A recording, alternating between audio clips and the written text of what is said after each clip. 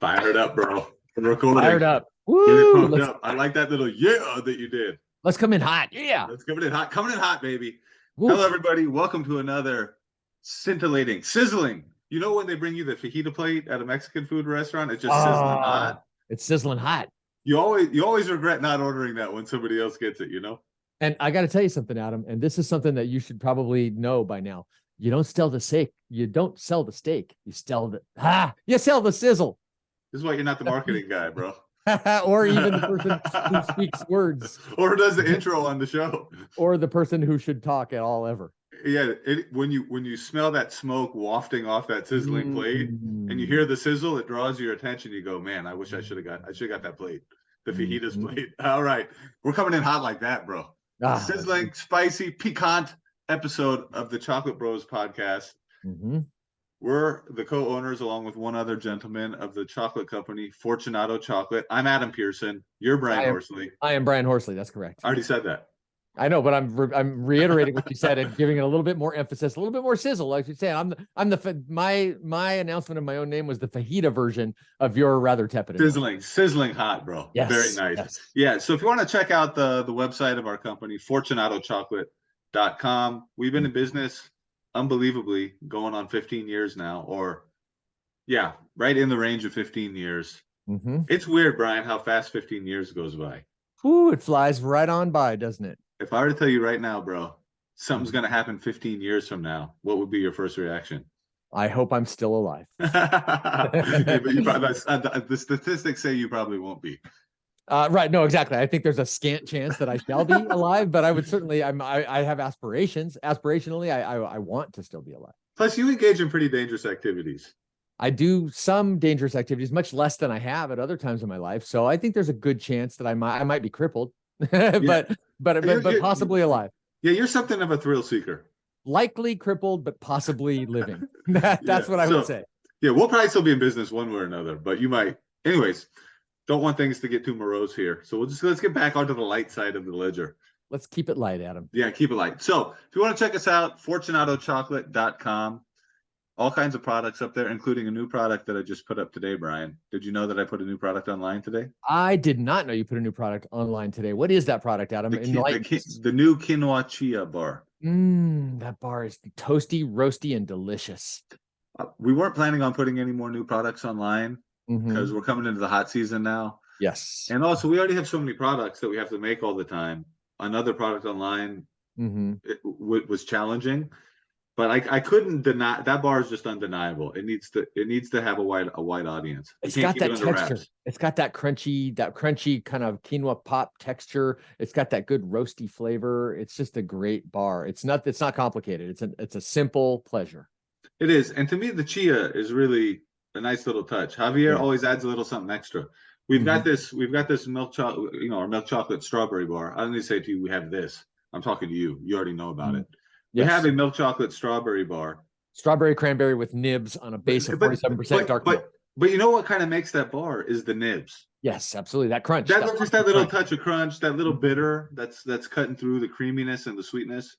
Javier is really good about that. Always adding just one little extra element that kind of makes the whole thing work. Texture, I've said it before, I'll say it again. Texture is super important. I don't like to get political on the show, Adam, but texture lives matter. Texture lives matter. Texture, it's super important. What is a texture life? Let's not get political, Adam. Let's just let's keep it on chocolate, okay? We don't need to hear you rant. Can we get definitional? I mean, yes, but let's save the definitional stuff for definitions that are non-political, shall we? Yes. Yeah. So texture lives. Yeah, it's too much of a hot topic right now. I regret even bringing it up, to be honest with you. It's too divisive. No, we had a texture lives protest. Up the street, just people getting sick and tired. Denouncing softness. People just getting sick and tired of the police brutality against texture. I mean, when are we gonna get these laws right, Adam? But let's not get political. Let's just not do it. Hey, if the police are gonna keep doing this to texture, what do we even need them for? At some point, crunch is gonna rise up and strike back, right? Look, I mean, you have to. What do we even need them for, man? If they're not gonna allow crunch. And by the way, crunch is not the only texture. I just want to go on record for all you people out there that are busily and angrily typing on your keyboard right now saying crunch is not the only texture, Brian. There's chewy. They're soft. There's Creamy. We already they're said creamy. creamy. I get it, and I agree with you. Crunch is one type of texture that I'm representing for right now, but all texture No, lives. but we're fighting. But We're that's the fighting. last. That's the end of the politics. I'm gonna say one more thing. You're done. I just feel duty bound to mention one last thing about this. Mhm. We're equally fighting for the rights of all textures, not one over the other. Yeah, that's why I amended that to say all texture lives matter at the last one that I said. But let That me was not smart. delve into the That was- tortured pond of politics. Let us now float upon the great ocean of chocolate. Look at you, man. What a wordsmith, bro. Phenomenal. Beautiful, bro. Tip of the cap. Tip of the cap. All right. So today's theme, the topic of today, Mhm. and we have 45 minutes. Right. So I hope people are going to want to hear 45 minutes worth of this topic that I'm about to float out there. The different types of texture. Go. Yeah. We were able to kill about 4 minutes on that topic. That's right. This is just going to be like in Forrest Gump when he's like, you got your shrimp, every way you can cook Yeah. shrimp. This is just going to be a recitation of every type of texture that there is. Slimy, Adam. You got Brittle. slimy, brittle. Absolutely. Chewy. You already said chewy. I know, but it's so important. I had to reiterate. Yeah, so that just shows we're already but so and I've got some reminiscences of this topic that you haven't even heard about. So you're gonna like this. Awesome. So the topic for today is our favorite all time. We got 15 years worth of time to draw from because we've been in business 15 years. All time favorite chocolate memories. Wow, that is all-time favorite chocolate memories. There are so many, and as usual, I did a lot of prep for this podcast, which by which I mean you told me this topic literally 8 seconds before we hit. We want to, we don't want this thing to feel overproduced. We want it to be overall authentic. Oh no, it feels underproduced. There's no doubt about that. I'm wearing my son's red headset here, so I have a headset broke. Only a really confident, overproductive podcast could allow you to wear your 10-year-old. Your 10-year-old. We want this thing to feel authentic. We want give people a behind the scenes look. But now it's biting us in the behind because I find myself sifting through on the spur of the moment, 100, 1,000 amazing. I'll go ahead and get the ball rolling. And let you do a little soul searching. Fantastic. The good thing about this first topic is you weren't there. You were not there. That's a good thing. So you're saying things are better when I'm not there. No, just so you can hear about it, because I don't think I've ever really told you about this before. Oh, nice. And just to give some context to everybody, for most of our company's business, Brian was running our entire operation in Peru. Correct. Living with cacao farmers, buying cacao, doing the post-harvest processing, managing the logistics, doing everything that was Peru facing. And then my father, Dan, and I, who's our third partner and who's also married to Brian and I's mother for a long time. Now this is getting all muddled. But anyways, we were So Brian and I had the same mom, different dads. And then my dad is our third business partner. Let's keep it pithy, Adam. Sorry. All right. So my dad and I were running the business in the United States and really selling chocolate all over the world. At one point, we were selling chocolate and cacao in 40 countries before the pandemic hit. And so we were managing the logistics of selling chocolate and doing all the sales activities and stuff. All right. So right when we first started selling raw cacao, so we were selling couverture and chocolate to high-end restaurants and pastry chefs and chocolatiers all over the place. And then a few years into our business, we made the decision to start selling raw cacao to small batch bean-to-bar craft chocolate makers in the United States. There's an event here in Seattle called the Northwest Chocolate Festival. And they do an award ceremony for the vendors that are participating in the festival. Did you know about that? No, I did not. I've been to Northwest, but I didn't know about the awards part. Okay, so all the vendors who are going to be working the booth selling chocolate to the people who attend the festival can submit a bar for judging. And there's like a socializing networking event the day before the actual festival, where all of the vendors can get together and do business networking. And then as a part of that event, they announce the winners of the chocolate competition. A bar competition, yeah. Of the bar competition. So this is like one of the very first years we were selling cacao to bean-to-bar chocolate makers, and we were I'd say we were excited about it. We were kind of insecure. We didn't know what people were going to think. We knew that our Fortunato #4 chocolate that's made in Switzerland was really good, but we didn't know if people were going to like our cacao's in origin. So we're sitting out there, and the MC is up on stage, and it's the very first category, and he announces that Fruition's bar, the 68% dark milk Mm-hmm. bar made with our cacao, was the very first gold medal award winner. And Nice. I don't know, like, I'm trying to think of what. And were Brian Graham and Brian They and went Dahlia up. We didn't Graham go up. Fruition? They waved at us from. They were there. Okay. They were there. Brian and Dahlia went up and received the award. I'm trying. It's almost Oh like. yeah, of course, it's their chocolate. Yeah. Yeah, and I'm trying to figure out what is a good analogy for this, but as the words were coming out of the MC's mouth, and it slowly dawns on you that, wait a second, that thing that they just announced has to do with us. Like, you don't get it right away. It takes a couple of seconds for you to put it together. And I was sitting next to my dad on one side, and then Bill Copeland from Glacier Chocolates was on our other side. And me and my dad were just sitting there. We weren't really like grasping what it was. And Bill looked over at us and he's like, "That's you guys." And me and dad looked at each other like, "Hey, that is us, man." That's awesome. That's probably analogous to being the writer of the movie that wins the best picture Oscar. The producers go up and accept the award, but you know that the raw material that you provided was what made it possible. Yeah, and it was such a new thing for us that it just didn't seem likely, or we just weren't even considering that we could win. Yeah. And it turned out that particular bar, that Fruition chocolate bar, won all kinds of gold medals at many different international chocolate competitions. Probably the most over the awarded course of bar. several years. Yeah, probably the most awarded bar made with our beans of our entire run in the chocolate business. Yes. All right. So that's one. Do you have one? Yeah, I've got so many. But let's see. We're gonna choose one just to keep things moving along. Well, let me see. I could do this one. No, hot pod, dude. Hot podcast. This is good stuff. Adam, if you could just vamp for like 8 minutes while I just sort these. No, I'm just gonna let the people listen to you kind of my mutterings, my kind of incoherent muttering. They could just watch you thinking. It's nothing. That is hot pod right there. Hot Vlad. That's video pod.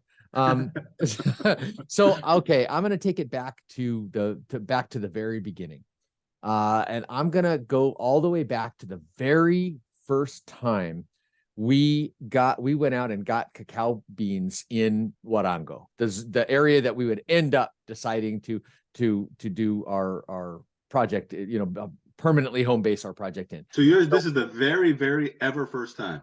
This was the second time we had beans, but the first time we did it in Warango. We did. So at this time, I had a rudimentary cacao processing facility, a kind of a test facility, set up at an installation owned by the State Department of Agriculture of Cajamarca. So this is really right at this is before we even had our own site. Dan, our partner, had gone to Hawaii and had taken some pictures of some dryer beds, and I had gone online and gotten some basic designs, and also made a trip to Ecuador and visited some places, and with Ana Cacao, the Ecuadorian Cacao Authority, and I had gotten some basic designs for fermenter boxes. We'd hired a carpenter, and we made a couple fermenter boxes, small ones, and a couple of dryer beds that just rested on sawhorses. And we had them positioned at the Cajamarca State Agricultural Department's germplasm bank, cacao germplasm. And that's basically in the jungle.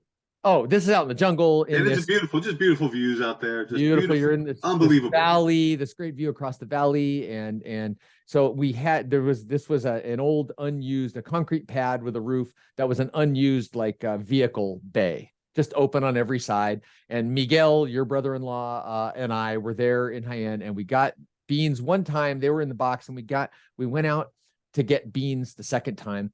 And this was my first time collecting beans in Warango, which would the next year or the year after become our permanent home, where we built our permanent installations. And we went to the farm of Don Regulo Vargas.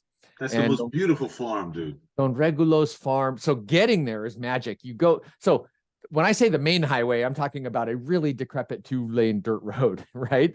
You turn off of that at a tiny little town, and you go on an absolutely devastatingly decrepit 1-lane dirt road. And you go down and down and down and down, and then you cross this bridge, which is about the most scenic thing you've ever. It's this wild river and this bridge. It's this old broken down bridge, and you go across it. You go and you keep going out and out and out. The road barely exists by the time you get to the turn into Don Regulo's farm. I mean, this road is really a track through the jungle, basically. And you turn into his farm, and there's something about Don Regulo's farm. You've been there. It's so well kept. It's so well kept. He's got this little house in this very enchanting grove of cacao. That grove is really unbelievable, really magical. Yeah, he's one of the few guys who normally the cacao farm is far away from the house. But in Don Regulo's case, the cacao farm is all around the house. And then as you go further out, he's got rice and coffee and stuff. So he's got one of the few farmhouses that are actually surrounded by the cacao grove.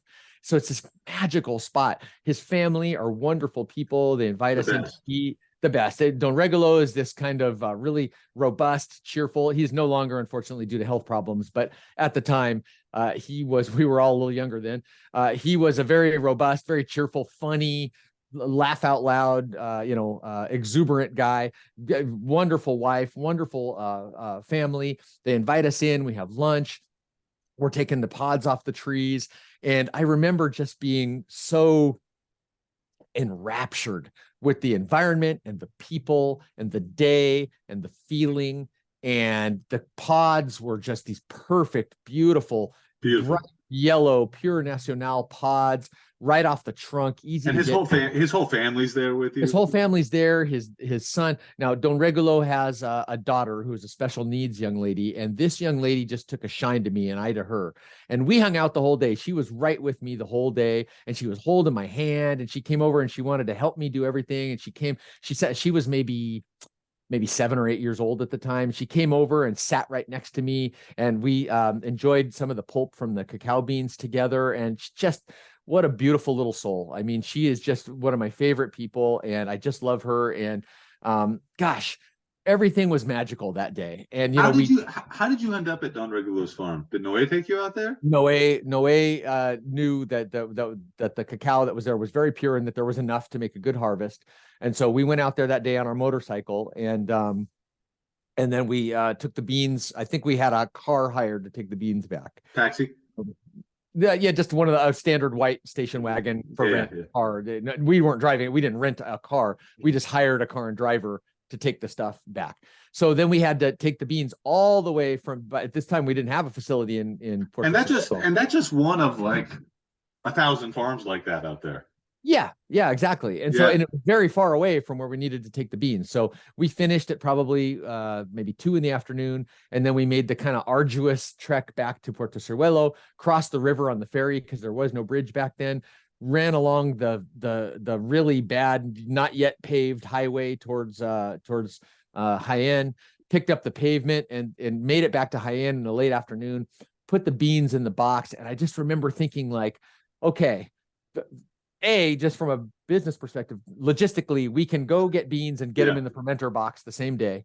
And just the magic of being with that family in that place at that time on that day and accomplishing that thing and the natural beauty of it and the satisfaction of having been out there and done that, the sight, sound, smells of it lives very fresh in my memory today. One of the greatest things. Yeah. And you know what's I've always found epic just about that time was you had no idea at all what you were doing. You were just figuring it out as you were going along. None whatsoever. And it took a couple years, but then forevermore we know how to buy and process cacao. And just to be clear, those beans did not turn out well. I did not know how to ferment or dry cacao at that time.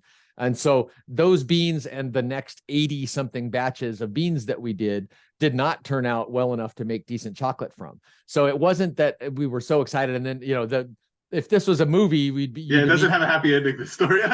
not this part of it, no, those beans ended up being worthless. But the experience and all the other experiences of those first couple of years learning how to do all that then paid off when the beans started to be good enough to make great chocolate from. All right, cool. Well, that's a beautiful story, dude. Beautiful story. All right, here's another one. This is the story of when we got our first full shipment of chocolate from Switzerland to the United States. Have I ever told you this story? No, you haven't, but that's a big one. Yeah. So here's the whole context of this whole story. You had gotten you had learned how to do the fermenting and drying of cacao, and you had sent us some samples of cocoa beans to the United States. We had made some chocolate and it got good reviews. So we all made this decision that we were going to go ahead and try to do our first full harvest. And that was in our permanent installation in Puerto Ciruelo, our very first full harvest. We sent cacao first to Miami, and that because we thought we were going to be making chocolate in Miami, but that fell apart. And we sent cacao from Miami to Switzerland to have chocolate made by Max Falkland, AG. Dan had went over there and got everything all set up. We had a launch party in New York in 2011. It went all right, but we had been convinced to sell our chocolate at an extremely high price. Yes. So we had some friends and stuff, and it's, whatever. This is water under the bridge. I'm not bitter about it or anything like that. Yeah, no, only the fact that you brought it up 800 times in conversation on this podcast leads me to believe that it might be still stuck in your craw. Whatever. We're not bitter. I'm not bitter. I barely even think about it. If you are, Adam, I recommend you take that bitterness, you shove it deep down inside, and you don't give it any air or light. Just let it sit there and fester, because that's the healthy way to deal with it. The more people assure you that they're not angry and not bitter, that's that I would take that at face value. I'm just in general as a life rule. So all right, so we had built out this facility, which cost a bunch of money in Puerto Ciruelo. Oh yeah. We had just bought all of this cacao for our first time. We were spending our savings. We didn't have any income because we were in another business that had ended a couple of years previously. Yes. We did this launch, and we had some initial customers, and our whole budget was depending on, we'll do the launch, they'll sell the chocolate from the media buzz, and then they'll come back and reorder. And that's what we were fully expecting to happen. And our initial shipments of chocolate came in two shipments. A smaller shipment to sell along with the launch, and then this other really big shipment that was like 10 tons of chocolate. Yeah. So we got that first shipment. We did the launch. We sold a lot. The people who bought it from us told us that it went well, and we were expecting to get reorders, but the reorders just did not materialize. Oof. And everybody told us, look, the chocolate's great, but people aren't buying a second time because your prices are too expensive. So in that context, we got the second order of chocolate. Dan and I had another job at the time, and I was just working on the chocolate business in my spare time. So Dan and I on a weekend took a road trip from San Diego to Las Vegas to see this 10 tons of chocolate unloaded. And I was doing the accounting for the business, and I just knew we are not in good shape. We are not in good shape. And 10 tons of chocolate is an impressively lot. When you see it so they typically send 720 kilos per pallet. So you're talking about probably 14 kilos. These are big. These are big kilo. I mean, that's a lot. When you physically see a pile of 10 tons of chocolate, it's intimidating. And in the grand scheme of things, it's a very paltry and tiny amount of chocolate. Right. But if you have no experience of seeing that much weight in person, which I had zero. Yeah. I got literally the first chocolate we ever sold was the chocolate that we sold along with that launch several months earlier. Right. And then buying cacao is a very inventory heavy business. We spend all this money buying cocoa beans, and then we spend this money turning it into chocolate. There's many months where we're getting strung out on cash before we finally get the inventory that we could sell and recoup. And we were in the middle of that, except for the money that we needed to pay Falkland and was based on the sales that weren't happening. Right. And it was just unclear. Oof. After the launch, we had momentum going, and then the reorders weren't coming through. I want to reiterate, this is your favorite chocolate memory? Well, here's why. It is. All right. So, and so the chocolate came into Chef Rubber, which is a longtime friend of ours, owned by Paul and Crystal. And Crystal's driving. Paul and Crystal Edward, the owners of Chef Rubber, which sells supplies to the chocolate and baking industry. Amazing people. Great people. We wouldn't be in business if it wasn't for them. Absolutely. And so Crystal was driving the forklift. So Crystal's pretty, pretty awesome. Oh, Crystal's a badass. No doubt. She's bad, dude. So she's driving the forklift, and she's just taking out pallet after pallet. And I'm just sitting there trying to be in a good mood. It should be a triumphant moment, because we've been working on this for several years. This is it. We have our chocolate. And I'm sitting there just watching it and I was the one who's supposed to be in charge of selling that chocolate. And I knew that her prices were too high. And I'm just watching her unload the chocolate. And I'm just going this is a bloodbath. Like Oh man, how does how this convert into one of your favorite I'm memories? so like I was just like, how in the hell are we gonna sell all this chocolate? Yeah. So all right, all the chocolate finally gets unloaded. We haven't eaten any of it yet, and Paul said grabs a box of chocolate. Maybe he could sense that I was a little down, but probably he wasn't. He just wanted to eat some chocolate. He says, Adam, follow me. He grabs a box of chocolate, he takes me into a conference room. He like takes out a pocket knife, he slashes it open. He yells to one of his workers to bring him a cutting board and some chocolate. And he Mhm. breaks out a bar of chocolate and he starts cutting it up. Yeah. Right. And he gives me a little piece of the 68% dark chocolate. And I'm in this funky mood. And he gives it to me and I eat the chocolate. And it just, in that moment, it tasted so good. And just eating that chocolate lifted my spirits. It just gave me hope. Ah, And that's great. I know. So it was like, it was this The total 180. redemptive power of Yeah. chocolate. Yeah. Really, dude. And I looked over at Dan and Dan was kind of, just in a daze. His eyes were kind of closed. He was just enjoying the chocolate. And I always remember this. I looked over at Paul and Paul looked over at me and Paul looked at me and said, that's the good stuff, huh? He said like that. And I was like, yeah, it is, man. That is the good That's stuff, dude. awesome. That's And so, awesome. and it just knowing that we had really good chocolate Hmm. just gave me like the fortitude I needed, and it gave me the optimism I needed to just take action, because that's kind of what you're looking for. Yeah. You need something that will give you some kind of hope so that you can take action. Because if Yeah. the situation is hopeless, then you would just fall into despair. And so Yeah. and that was a thing that was a thing that I did over the years. When I really was feeling down in the chocolate business, I would just eat some of that 68% dark chocolate. And it Hmm. always had a way of lifting my spirits. But it all started with that one That's moment. fantastic. That's fantastic. So there you go, Okay, bro. good. All I'm right. glad you brought that around for me. So Yeah. as you tell that story, I've been sifting through. There's so many memories, far too many to recount. But here's one. You know the outlines of the story, but not the specific thing that I'm gonna that made it one of my favorite chocolate moments. So this is a two-parter. What the very One of the very first visits that we had of folks to Campo, to the forest. It was maybe the second or third group that we had come in, were our European clients, not all of them, but some. Our client Peter Riegelein from Germany, our client Helmut Venschitz from Austria. Dan came down, and we have told the story before that Helmut came down with his what I thought was his wife, Regina. And it turns out that they were not actually, they were a long time a couple and had kids together, but they had never actually gotten married. And Helmut proposed to his soon-to-be wife, proposed marriage to her at the mother tree on Don Fortunato's farm.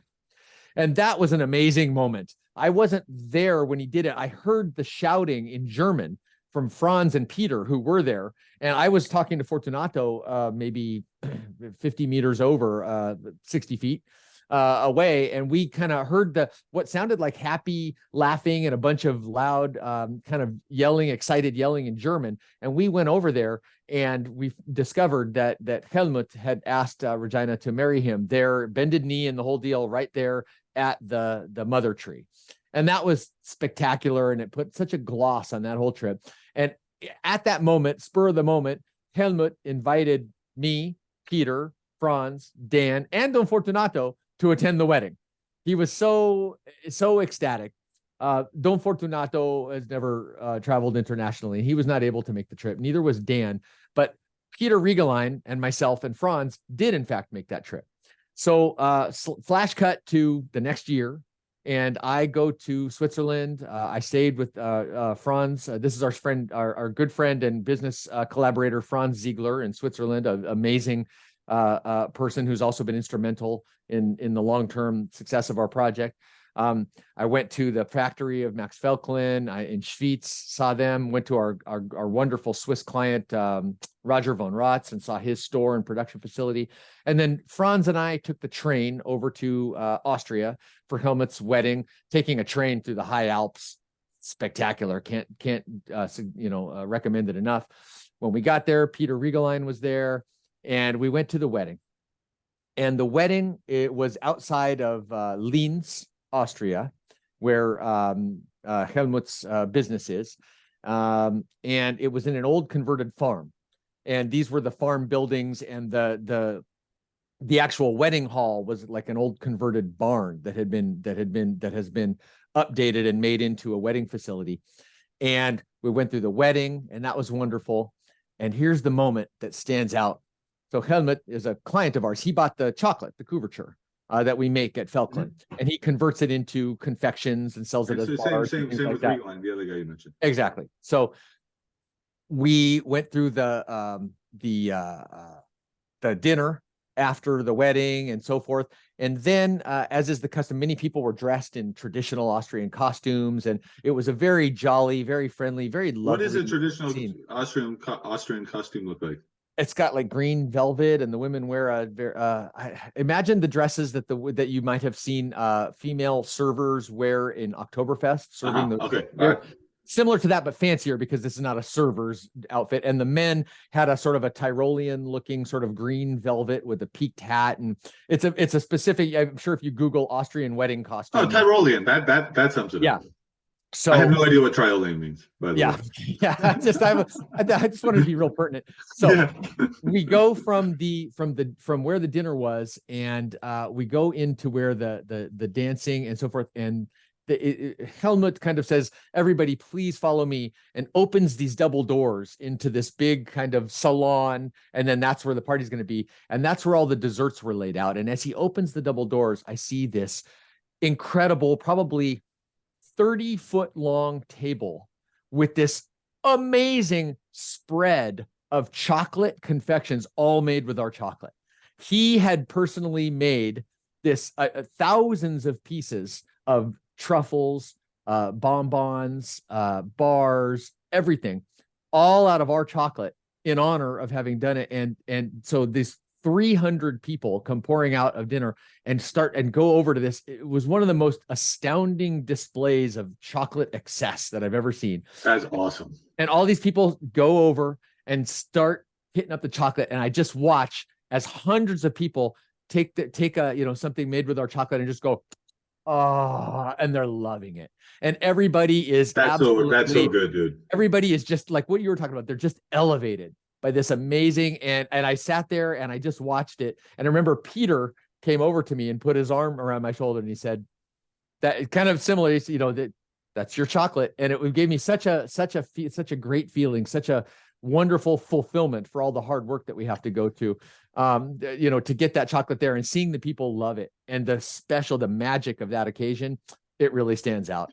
Well, that's one of the real beautiful parts about the business that we're in is we get to be in people's lives during special moments. Yes. Not that many other companies who make products get to say that your product will be the highlight of a special moment, which is pretty killer. I mean, and this is not my memory, but I'm just gonna quickly say. And we only have a time for one more very quick memory. Yeah. I'll be quick. But we have a customer who has become a friend of mine. I emailed her back and forth, and she had a really close friend of her family who was battling cancer. Actually, you know what? I'm just gonna tell these kind of two things. We can make these kind of our stories. So we had one, she was a gal who I think it was her daughter-in-law was battling cancer, and she was constantly buying our 36% milk chocolate for her daughter-in-law who was in her battle, and said that was just about the only, I might cry telling the story, dude, but that was just about the only thing that her daughter-in-law could eat. Oh my gosh. Like that was it. Like her appetite was shot. So pretty much the only sustenance, the only thing she really craved was milk chocolate made by us. And this was within the last couple of years. And we also have a family here locally who I've told you about this family. Yes. who lost I know their where son. you're going with this. Lost their 7-year-old son in his sleep. It was just a tragic story. And so they're just a beautiful family. Great family. And one of the things that has helped them and been a part of their grieving process has been chocolate from our shop here in Issaquah. That didn't take up enough time. So coming off that, I want to tell one last story. And this is so we had just opened up our first retail location here in Issaquah, and it's not in a good location. It is way off the beaten path. Yeah, not trying to say it's in a bad part of town. There are no bad parts of Issaquah. It just doesn't have a lot of foot traffic. There's no foot traffic. Right. And when we first opened, we had no products. I mean, we just had three products, and they were stacks of 1.1 pound bricks of chocolate. Right. 3 grades of chocolate was all we had to sell at the beginning. That's all we had. It was a very austere, empty chocolate shop. And because there's no foot traffic, people weren't really coming in, and the people who did come in were kind of confused.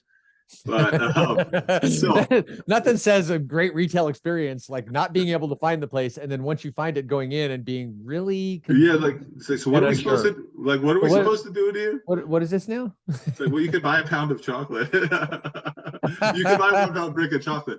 So my marketing strategy was to walk around that parking lot out there, and a couple buildings up, there's a sports bar.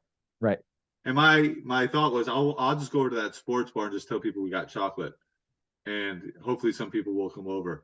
And at night, like after 5 at that sports bar, you get a lot of blue collar construction guys coming over there to drink beer and watch sports. Right. Not a fancy place. Yep. No, these are not guys who like you would consider would be into fine chocolate.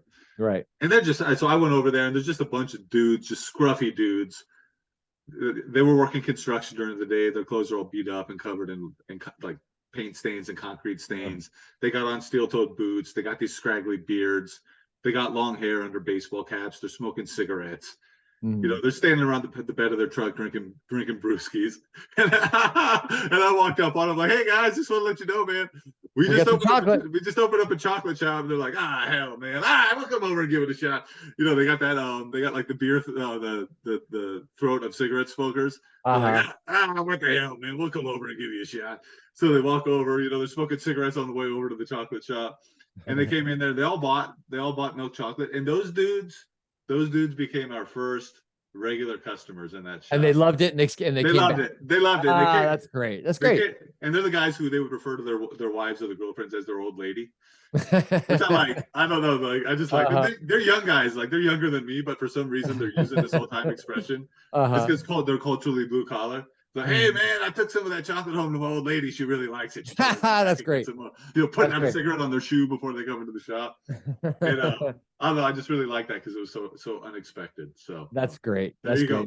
All right. Well, I guess we're running short on time now. I want to just one more. What you're talking about when we first started doing our retail stuff.